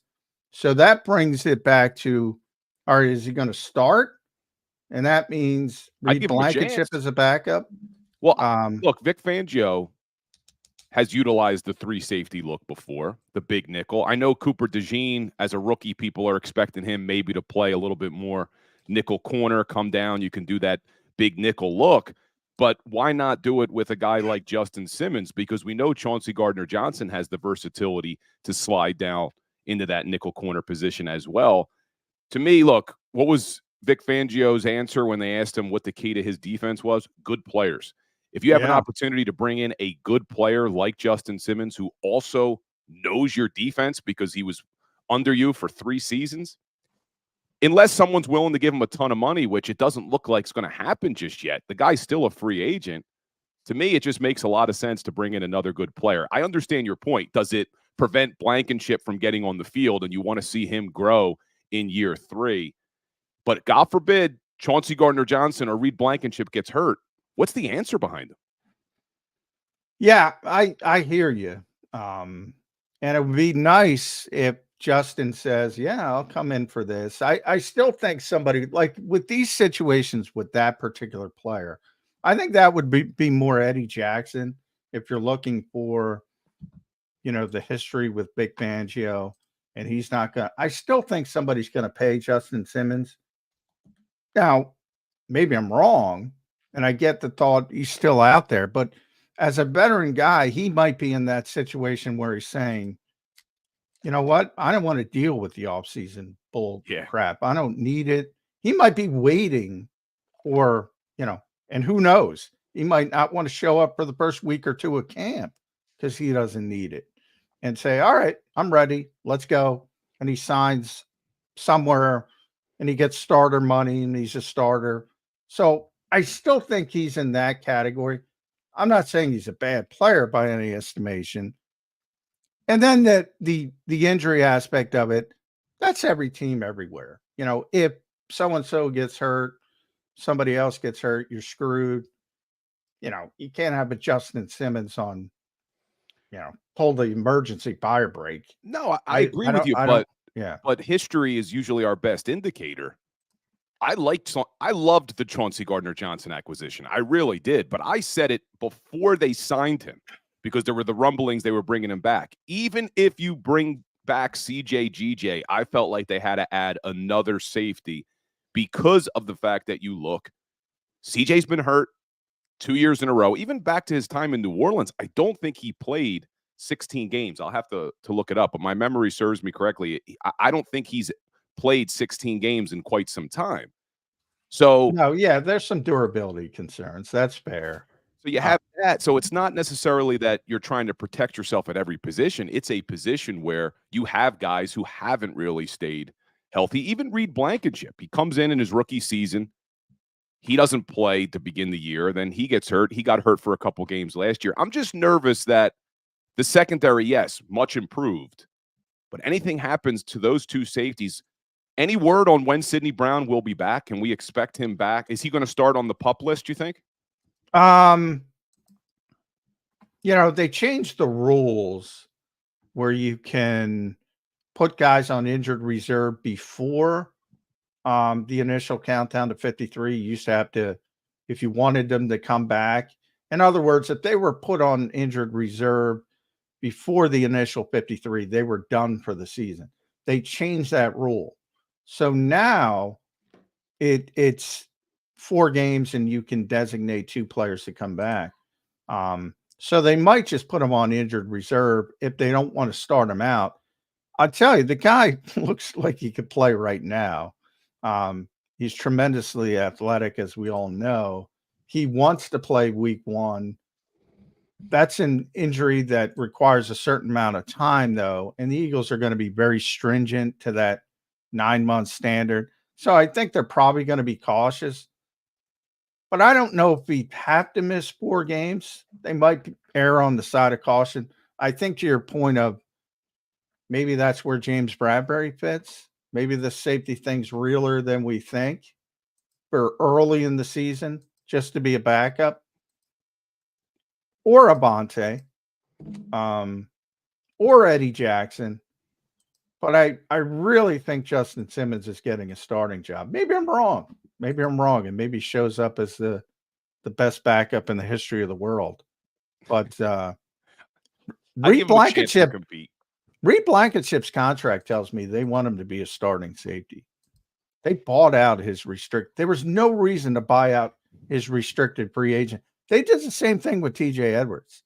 And that was the indication that they like this kid. Yeah. And they want him to be a starter. At least for, if he falters, he falters. But that told me a lot. Howie Roseman, I actually did a video on my Instagram yesterday about this. I think some of his best offseason work was taking care of all of his own guys. Reed Blankenship being another one where didn't have to extend him yet, but they did it early because if Reed does have a big season this year, his price tag would have gone up. And Reed Blankenship being undrafted was eligible for a new deal after 2 years as opposed to 3 if he had been drafted. So why not get it done sooner rather than later? And then they did the same thing with Devontae Smith, A.J. Brown, Jordan Mailata, Landon Dickerson, Jake Elliott, Rick Lovato, Braden Mann. It was so smart of him to get all of those deals done because you look around the NFL, the Cowboys, they got issues with Micah Parsons and CeeDee Lamb. The 49ers have issues with Brandon Ayuk. And there's plenty of other teams as well who are having everybody issues. Does. The only 2 teams that do it like that, Bill, are the Eagles and the Cleveland Browns. And in Cleveland, it's because you don't want to compare yourself to the Browns organization. No, they do things the right way now. It's only been 2-3 years.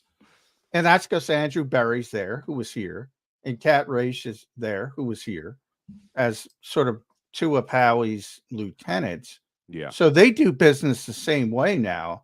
And all of a sudden you wake up in Cleveland, you can say, and I get it, people are going to make jokes because of their history. That's a really good team. If Deshaun Watson plays, which is a big if. But you mentioned the Browns. They got to pay Amari Cooper. Amari Cooper's a guy who may not show up to camp. Well, they don't want. There's always Amari Cooper's been a great receiver. Yeah, he's no A.J. Brown or Devontae Smith. But he's, I think he's a descending player. So he's probably on the decline. But but you look at all the wide receivers, and I know we've talked about this before, but it was just so smart because they didn't have to get Devontae Smith's deal done. You had him in the final year of his rookie deal. You had his 5th-year option. You controlled the rights to his contract for 2 more years, even if you didn't get it done. But to get it done before all the wide receivers got paid and the market blew up, because now you look at the potential holdouts. Tyreek Hill needs a new deal. Amari Cooper needs a new deal. Jamar Chase needs a new deal. Cortland Sutton needs a new deal. CeeDee Lamb's another one. Brandon Ayuk. There's so many of them who are disgruntled. Eagles don't have to worry about that. And Jefferson reset the market as he was expected to. And I've been honest about that, Bill. I'm surprised AJ and Devontae didn't wait. Yeah, I think even AJ more than Devontae. Like coming into the season, it was not expected, but it was reasonable to think Devontae would get an extension. AJ Brown, nobody was thinking about. I mean, he Nope. signed his deal 2 years ago. Yeah. Well, wasn't But that's Big a Sills all two-way over that street is with, what I was saying. with AJ Owens? I thought Big Sills was all over that. Well, AJ Owens. he was on come the other side, but yeah. Me and Yeah. Sills were battling about that with the AJ stuff, but There's it no was battle. very smart though. There's no 'cause battle. You're right. Yeah. AJ didn't have to do it. Yeah. But what I love is you look at this offense, and one of the first questions when they signed Saquon Barkley was, there's only one football. How do you make everybody happy? You know how you make everyone happy? You freaking pay them. Because now A.J. Brown and Devontae and Saquon aren't worried about their touches because they have to earn their next contract. They already got paid. They're already making their money. So now you could all focus on just trying to win. And Kellen Moore's first press conference and only press conference so far as offensive coordinator, when he was asked about that, he said, you got to understand that sometimes you're going to get the assist, not the touchdown. I think these guys, being that they're all paid, aren't going to be worried that they're not the ones getting all the TDs. We can focus on just trying to win games. And there should be zero veteran holdouts come training camp in 2 weeks. Well, Yeah, nobody holds out anymore because they get fined. So, I mean, Yeah, but It's you may have a life, though, few. in Philly. How many guys of our starting 22 are going into expiring contracts? I mean, me and John have kicked this around. We're worried about Milton Williams. That surprised me, though. has Surprised 1 me year that left. Williams didn't get his deal done. It It almost does makes me too, but Bill, the point is, we're talking about a third string, technically the third guy in the defensive tackle room. yeah, but he's a Cowboys are starter talking about now. their starting quarterback, their number one wide receiver, and their best player on defense in Micah Parsons.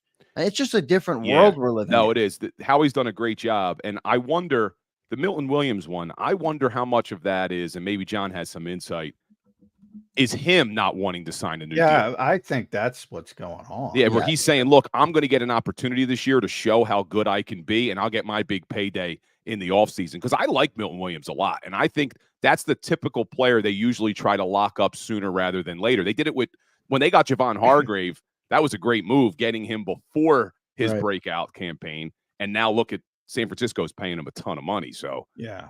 But I'm expecting I a nice think season that's from Milton. exactly what's going on with Milton. He knows he's going to get a lot of playing time without Fletcher Cox, and he's going to have an opportunity to get a big payday. So, look, I've said if I were AJ Brown's agent, I would have said, dude, wait. If I were Devontae's, I would have said, hey, hold on, let's let Jefferson reset the market. Milton, same thing. I would have said, look, you're going to get a whole bunch of playing time, and that number is going to go up if you play like you're capable of playing. So I think he's betting on himself. That is what I think is going on. And when the Eagles get him in, I think they'll be working on him all summer. And don't be surprised if that's one of those.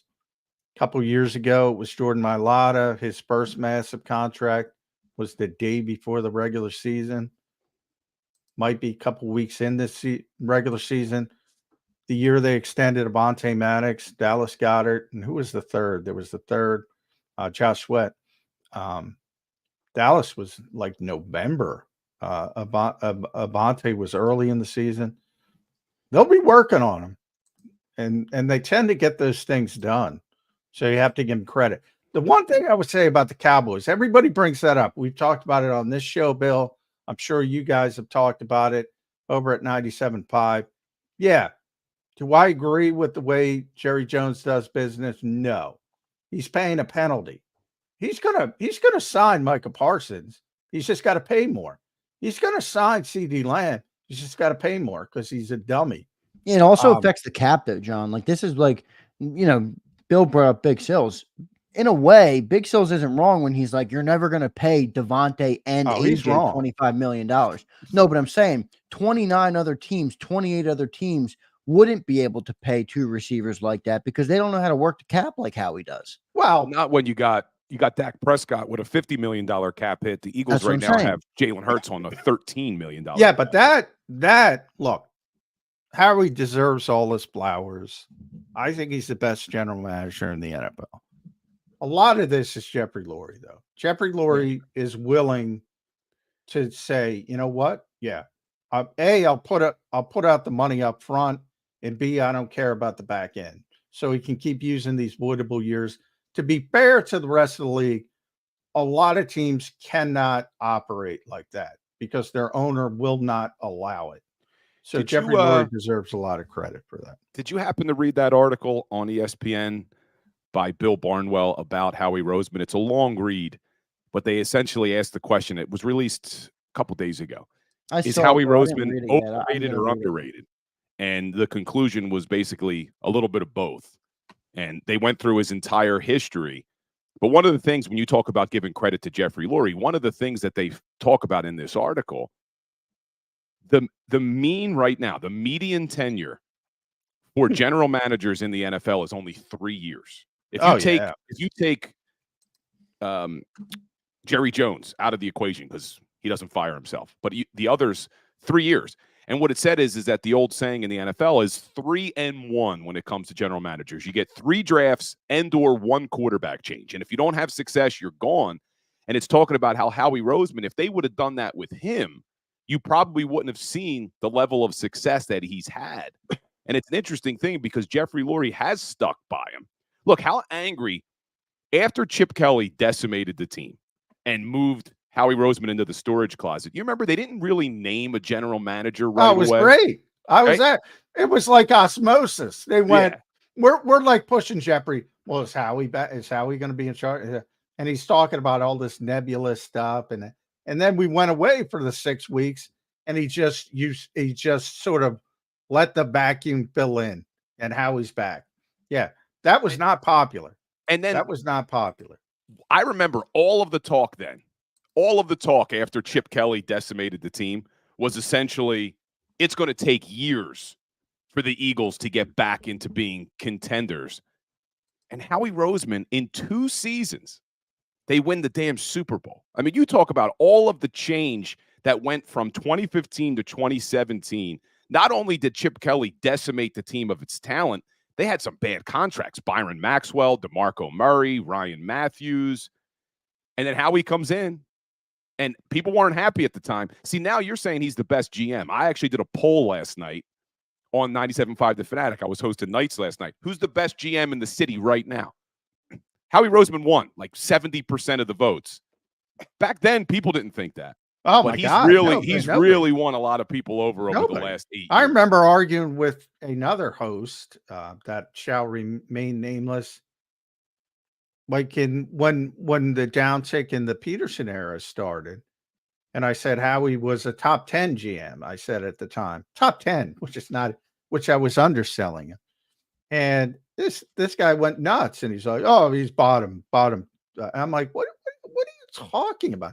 What is your thought process with that?" And we went back and forth, but Howie doesn't get any credit either for, like, when I was working down there.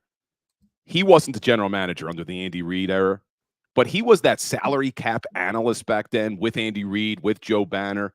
He played a lot of part in all that success too, figuring out all the salary cap stuff back in the day. Yeah, well, Joe deserves credit for that, and he'll tell you. But he does. To be fair, the salary cap aspect of it really starts with Joe Banner, and Joe taught Howie, and Jeffrey's liberal, allowing them to do the things that they do. But Joe was really the one who said, let's show the courage of our convictions. Let's identify foundational pieces early because the price is never going down. It's always going up. Yeah. And he was right. And he deserves credit for it. And what's he doing these days? I know he's active on Twitter, but he's not involved in the NFL anymore, is he?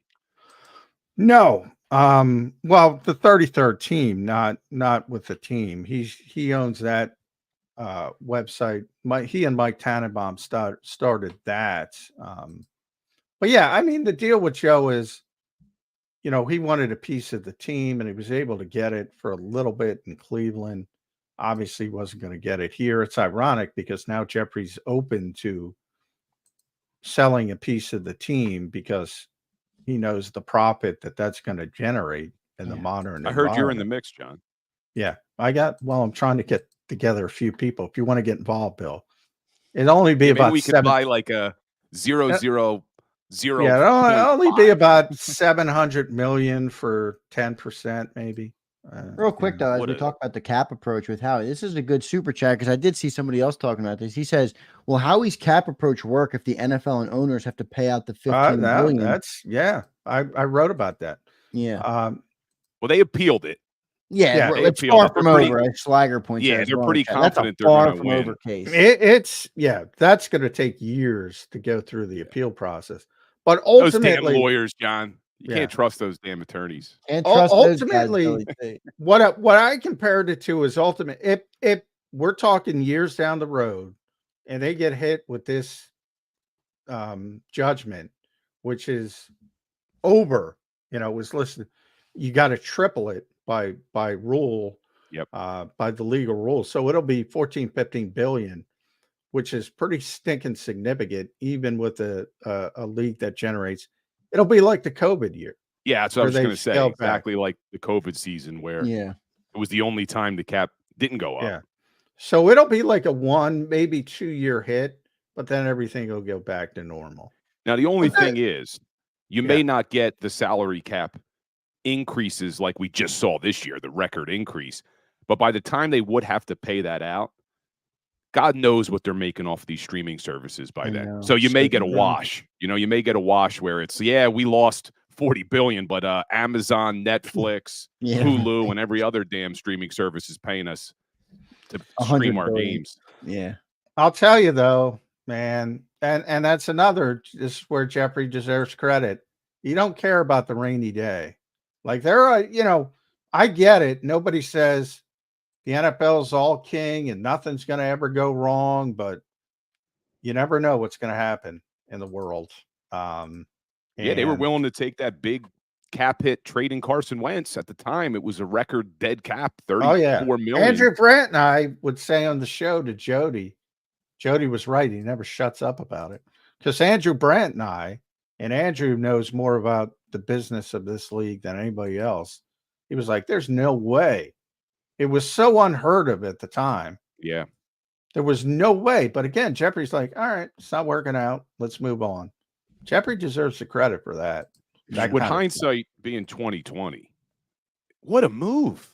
I mean, to get a first-round draft pick for Carson Wentz, who's never recovered after that. I mean, he's never got even close to the level he had played before being traded to the Colts. You got a first-round draft pick, and then would they do that in 2021?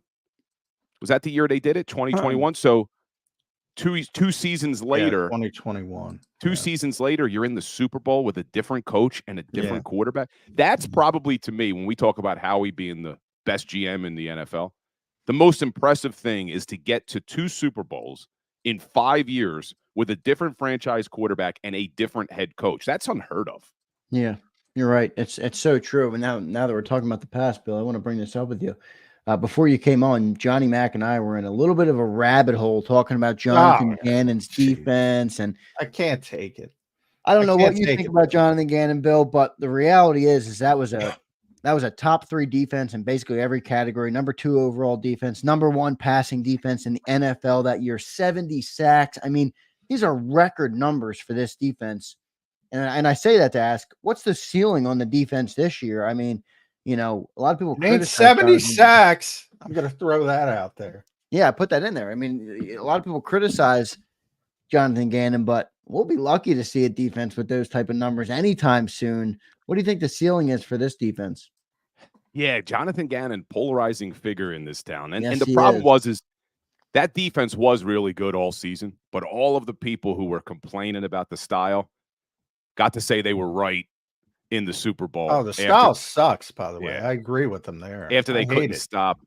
It was interesting, though, because you go back and you look at Gannon, and really 2 seasons in a row, whenever they played a good quarterback, the defense didn't seem to do well. The quarterback would just pick them apart. And then it happened. Can I interrupt you, Bill? Isn't that commonplace for anybody? It is. It is, but you also were letting it. To me, what it was the completion percentage that you were letting up. I mean, there were, I forget who it was now, not even a good quarterback. I forget how many straight completions they made, because they do give you the underneath stuff. And it's, hey, we're going to hope that you make a mistake coming down the field. Yeah. But you're right, though. Good quarterbacks are always going to probably win no matter what. But you look at this Vic Fangio defense, when you ask about the ceiling, I don't know. I'm excited about this season. I think that they can be a very good team. Obviously, you got a lot of talent on offense. They've tried to fix the defense. I do get nervous, though, that you're asking a lot of Vic Fangio to come in here as this savior and take a 30th ranked defense and try to get them back up into the top 10. And really, when you look at it, you lost two of your best defensive players in Hassan Reddick and Fletcher Cox. So you're asking for there to be a ceiling where, hey, they get into the top 10. You need Bryce Huff to show he can play a lot more than he's ever played before and duplicate the double-digit sack season that he got for the first time last year. You need Nolan Smith to show he's worthy of a first-round draft pick. You need Jalen Carter to take that leap to replace a legend in Fletcher Cox. You need Jordan Davis to show he's worthy of a first-round pick. You need Nakobe Dean to show he's not a bust and that he can stay healthy. You need Devin White to get back to form on the reason he was drafted 5th overall out of LSU. You need Chauncey Gardner-Johnson and Reed Blankenship to stay healthy and be the answer at safety. You need Darius Slay at 33 not to take a step back. You need Keely Ringo or Isaiah Rodgers or maybe one of the rookies to step up and show they can be a starter. So, yeah, there's a higher Sounds ceiling. simple. Yeah, there's a higher ceiling, but you need all of these things to happen. Now, look, go back to 2017, the year they won the Super Bowl. Every move they made hit, but that's not necessarily the most likely scenario. So I do have my concerns that, hey, even if they improve on defense, how good can they get? 30th last year, a lot of change, a lot of turnover, maybe middle of the pack. But I think I said this to you guys before. I looked at Vic Fangio over the last 10 years. He's never had a middle of the pack defense. They're either top 10 or bottom 20. They're never in the middle. It's either really good or really bad. So I don't know. I am concerned about the defense, as I think most people are. Yeah, in a lot of ways, since we gave Howie all his flowers, now I'll start taking him down a peg. Yeah, in a lot of ways, I look at this team and the way he's built it, and it's like, all right, offense, and Vic will figure it out, and we'll get some young players. I think that's kind of the mentality, which I'm not in love with. And then the smartest guy in the room mentality. And I don't want to bring up the name. Linebacker? No, because that's Vic's decision. I'm talking about Howie. Yeah. Devin White, Paris Campbell, these types of players who have these large sample sizes, and I'm not even bringing up the other guy, who have these large sample sizes and haven't performed. And they're going to come to Philadelphia and they're going to be answers. And with Paris Campbell, it's not that big of a deal. But Devin White, it's a bigger deal because he's supposed to be, if not the guy, one of the two guys with Nakobe Dean or whatever's going to happen with Nakobe. We'll see. There's more uncertainty than I thought there would be. Well, he's done this. He's done this before. You look at last season, they did a similar approach in the offseason. They went and they tried to get a bunch of former first and second round draft picks that didn't pan out with the other teams. Rashad Penny, first round pick, that didn't work out. Greedy Williams, former second round pick. A lot of people were excited. Couldn't get out of training camp. Justin Evans, second round pick out of Texas A&M, promising rookie season, injury bug. Oh, well, maybe he could stay healthy. Where did he finish the season? On IR. Terrell Edmonds, former first-round draft pick that Mike Tomlin said, hey, you were our starter for 5 years. Sure, go sign a one-year deal with the Eagles. To me, that was a red flag. Turned out he couldn't play football. They traded him for Kevin Byard. Miles Jack was another one. Shaq Leonard, two former second-round picks, really didn't work out. Miles Jack retired a week after you got him. And then they took a similar approach this year. They signed a lot of former first and second-round picks.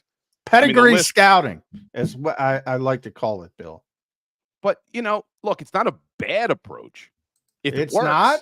Well, if it works, you go back, again, I keep going back to the 2017 year where it was like every button he pushed worked, bringing in Chris Long and Patrick Robinson, even Torrey Smith, making the trade for Ajayi mid-season.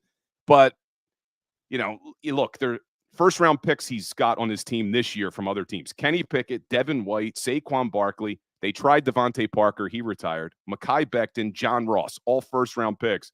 Paris Campbell's a second-round pick. They went with a lot of third-round picks. Aaron Burke, Zach Bond, Matt Hennessy, Julian Aquara, Tyrion Davis-Price.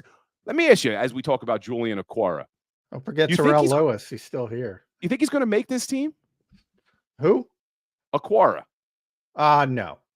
But they signed him right away. You remember it was before. Yeah, he was a futures deal. Howie made a big thing about the futures signings, and he's right there. He's the next guy. But if you look at what they have on the edge, in theory, you're thinking Bryce Hupp, Josh Sweat, Brandon Graham, Nolan Smith, Jalix Hunt. Can you keep 6? Probably not. But if somebody gets injured, which they might, he's banged up, then I think Julian Okwara would be the next guy. And you think Jalix Hunt, he's not a practice squad guy. They took him in the third round, so he'll make the team, hopefully contribute on special teams. I don't know. They might redshirt him completely, but no, they can't risk. You can't afford losing him at a third-round pick. Now, you might come up, as I said, they changed the rules. You might come up with the sprained ankle, put him on injured reserve. You can do it that way. There's a lot of ways you can manipulate. It's not as fun. The NFL has liberalized the roster rules, and it's not as fun or strategic, which I don't like, getting down to the final 53. And the bottom line is, you talk about this 90-man offseason roster, you got 16-man practice squad. So when you add up PUP, injured reserve, 71, 72 of these guys are going to be here of the 90. So it's not nearly as fun from that point. And I think Howie believes that as well, because I think he really gets, it's one of his favorite parts of the job, the strategy aspect of it. But no, you can't risk Jalix Hunt. And that's part of the reason why you probably shouldn't have took him in the third round, especially when Peyton Wilson is there. But I digress. That's the guy. Well, Peyton Wilson has no ACL, right? No, he's got some injury concerns, but as I said, Pittsburgh drafted him, which means something to me, because I would have taken a flyer on him. I remember in the third round, I was texting. The third round again. Second round. Both players are flyers, right? Jalix Hunt's a flyer, and Peyton is too. Just different types of flyers. Exactly. But it would have been nice to get a linebacker in here that maybe could win the starting job. I'm not expecting Jeremiah Trotter Jr. to step in as a fifth-round rookie who's undersized to play, and people just see the name and they get all excited. I'm not expecting him. I think if Jeremiah Trotter Jr. is starting at linebacker this year, that means that things probably aren't going too good. Yeah. Oh, we went wrong because it's so much fun talking to you. At Bill Colarulo, make sure you listen to Bill 97.5, The Fanatic. Are you on today? Can you tell us? Yes, I'll be on tonight, 6 to 10. But we just launched a new show with our friend Andrew DeCecco. So every night at 6, we're doing Eagles talk from 6 to 7. So 6 to 7 Eagles talk with our buddy Andrew DeCecco. Gets no better than that. Andrew, he might be the smartest football guy in town besides me. But no, I'm patting myself. It's fun talking to you. It's fun talking to Andrew. It's fun to see Zander all the time. I see the Power Hour crew in the chat. I miss my Power Hour crew. Bill. The Power Hour crew is looking for you. Yeah, all is good, man. All is good. I appreciate you having me on. I'll see you guys next Tuesday. Then we'll be a week away. Week away, man. Week away. Right there, and then after that, Bill, we'll be like, we're at training camp today. Johnny Mack might miss hour 2 if he has to go down. We'll see. I know how it all plays out. I have to step in and guest host every once in a while with Johnny Mack going. I might have to tap you for that, Billy C. Yeah, it's because it's going to be in the morning. Hey, Eagles, give me a damn training camp schedule, please. John, I'm still angry. Only one open to the crowd, to the fans. We're 14 days away from training camp. John's about 13 days and 15 hours away from getting the schedule. Probably, sadly. All right, Billy C. Thanks for joining the show, man. We appreciate it. All right, guys. I'll see you next week. Thanks, Bill. There's Bill Colarulo joining us, former host of the Philly Sports Power Hour here on JAKIB Sports, one of our most well-received programs. Hopefully we can maybe resurrect something like that. I'm going to try and have a conversation with Bill, see if he can do that with us. That would be fantastic. But if not, we will have him weekly here on Birds 365, which is always a good thing. Johnny Mack, good stuff today, man. Only 4 minutes left to go in the show here today. I thought we had some good conversation, good preview of the quarterbacks. I thought you gave some good context on, reasons for optimism on Jalen Hurts.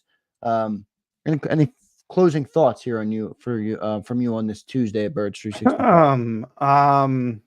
Yeah, I mean, how we talk, I'm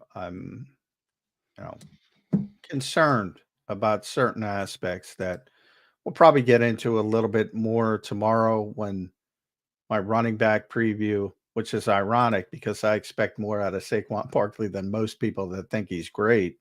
But I do want to get into the pedigree scouting a little bit more because Bill did a nice job breaking it down from last year. It did not work.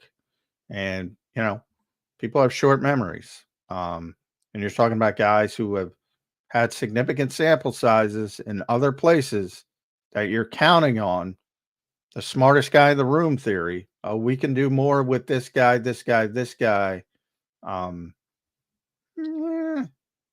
That doesn't matter with Kenny Pickett as the backup quarterback. I think that's solid. So each individual, I think Saquon's going to be very effective. Don't get me wrong.